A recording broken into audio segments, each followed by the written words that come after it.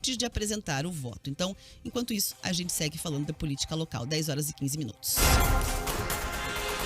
O vereador Renato Freitas, do PT, que é alvo de um processo de cassação na Câmara de Vereadores de Curitiba, criticou o resultado de uma investigação sobre um e-mail racista que ele recebeu. A reclamação aconteceu durante a sessão plenária desta segunda-feira e a investigação foi aberta depois do vereador ter recebido uma mensagem com ofensas disparadas de uma conta institucional do colega vereador Sidney Tualdo, do Patriota, que é relator do processo de cassação de Renato Freitas.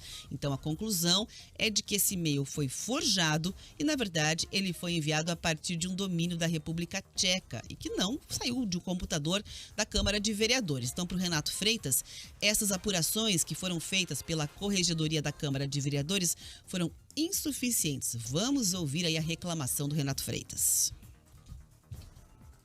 Ainda que se tenha identificado que esse website que saiu foi da Europa, era preciso uma busca reversa, que é um procedimento mínimo de investigação séria.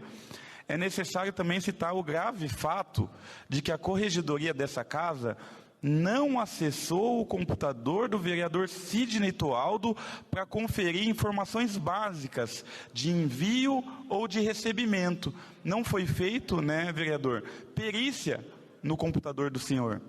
E nós gostaríamos de saber o porquê no nosso computador foi feito perícia, mas no computador do vereador Sidney Tualdo não foi feito essa perícia. Infelizmente, o relatório final da Corregedoria é completamente alheio a mecanismos e ferramentas comuns no mundo cibernético de investigação e, portanto, se mostra totalmente insuficiente. Bom, a corregedora da Câmara, a vereadora Amália Tortato, do Novo, que é responsável pelas investigações, rebateu aí todas essas críticas do Renato Freitas e explicou ainda por que não foi feita a perícia no computador do vereador Sidney Tualdo. Vamos ouvir. O panorama que tínhamos então era: um vereador realmente recebeu o e-mail, que foi o vereador Renato, enquanto, por outro lado, o outro vereador implicado no processo certamente não havia disparado o e-mail por sua conta institucional, como se tentou forjar, e o fato foi comprovado pelo SERPRO. Portanto, não havia qualquer necessidade de acessar a conta de e-mail que, com certeza, não originou a mensagem. A sindicância correu dentro do período necessário para resolver os dois pontos que se propôs. Com as diligências satisfeitas, encerrei a sindicância, que foi feita de forma técnica e imparcial e com sucesso em seus objetivos regimentais. De qualquer forma, o relatório final encontra-se publicamente disponível para análise de todos e foi assim finalizada a primeira sindicância instaurada de ofício na história da Câmara Municipal de Curitiba. O vereador Renato Freitas, apesar das reclamações, aí pode ser cassado porque ele participou daquela manifestação que terminou com a invasão da Igreja do Rosário no Centro Histórico de Curitiba em fevereiro. Então, como é que está essa situação, né? Análise do caso por todos os vereadores que têm que votar, se concordam ou não com a cassação dele, está suspensa pelo Tribunal de Justiça. Então, o resultado da apuração sobre esse e-mail com ofensas racistas era uma exigência da Justiça para que a análise da cassação pudesse, então, ser organizada de fato pela Câmara de Vereadores. Solucionada a questão do e-mail, os vereadores esperam uma nova decisão para, então, agendar a votação e resolver aí o destino, bater o martelo sobre o futuro de Renato Freitas. Se será ou não cassado. Vou pedir análise aqui do nosso comentarista Guilherme Rivaroli, porque a gente observou o que aconteceu com o Éder Borges, né, rapidamente, que era uma outra situação, mas os ouvintes muitas vezes fazem essa comparação sobre a rapidez do caso do Éder Borges e uma chamada lentidão em relação ao Renato Freitas. Bom dia, Riva. Bom dia para você, Rafa. Bom dia para todo mundo que nos acompanha. A chuva, atrasei, mas cheguei. Faz parte do jogo. Agora é o seguinte, gente. É uma decisão diferente da outra.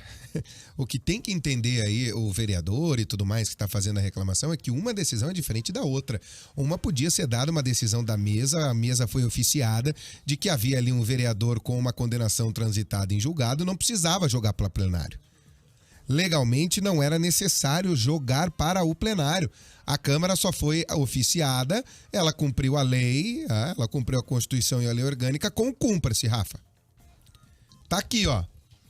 Esse vereador tá sentenciado, transitado em julgado. Ele não pode estar aí. Beleza. Então, ó, vereador, o senhor não pode estar aqui. Não precisa jogar no plenário. Como o plenário da Câmara, que é um plenário julgador nesse caso, vai contra a Constituição e a lei orgânica do município e a Justiça. Tá certo a Câmara de Vereadores de não jogar para o plenário. É oficiar e mostrar, gente, você não pode estar aqui. Ponto.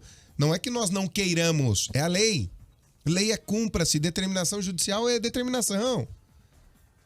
Agora, o caso do vereador é outro. Aí é um processo legal estabelecido por quebra de decoro. O julgador é o próprio plenário. Um julgador não foi a Câmara, foi a Justiça. Ponto. Agora o julgador no caso do Renato Freitas, que é um processo político, porque quebra de decoro, e quebra de decoro é um processo político, em não havendo crime transitado julgado, é uma quebra de decoro, o plenário se torna o julgador da história. Aí é diferente. Você precisa de procedimentos e tudo mais. A Justiça já interferiu e muito nesse caso. Já passou até do limite do aceitável da interferência do judiciário no caso do vereador Renato Freitas. Agora é marcar as 2 sessões e julgar. E deixar que o plenário decida o futuro do próprio colega. Agora, será que vai ser fácil, Riva? Porque a gente já vê ele questionando o próprio resultado da investigação em torno do e-mail racista, que era o critério, né? Para se resolver e então partir para análise da cassação. Ele vai espernear. O PT tem bons advogados. Tem sentido a reclamação dele ali? Não, não mais. Não mais, gente. O relatório tá aí, tá apresentado. Como é que você vai identificar o hacker? Vai ficar o quê? 5 anos para identificar? Quem que vai investigar? Só a Polícia Federal tem esse poder aqui no Brasil. A Câmara fez a parte dela. Ó. Nós concluímos que não saiu daqui. Que foi um hacker que invadiu o sistema. Agora, quanto a identificar o hacker, não é da Câmara isso. A Câmara tinha que mostrar o que envolve a Câmara. Não foi daqui que saiu. Isso nós pudemos identificar. Agora, vamos pra frente. Toca a bola, segue o baile. Tá na hora desse julgamento sair de uma vez. O vereador... dos 38 votos, precisa de 20 contra ele. É um número grande. Mais a metade. Né? Seria aquele valor absoluto. Ele que vai trabalhando internamente, politicamente, convencendo seus pares de que ele deve manter o próprio mandato. Chegou já. Acho que o processo que foi pedido pela Justiça, de forma, para mim, completamente intrusiva e desnecessária, já foi dado. Agora vamos para frente. O futuro vai dizer o que vai acontecer. Mas continua aquela forte tendência pela pressão popular da cassação dele. Internamente na Câmara continua isso.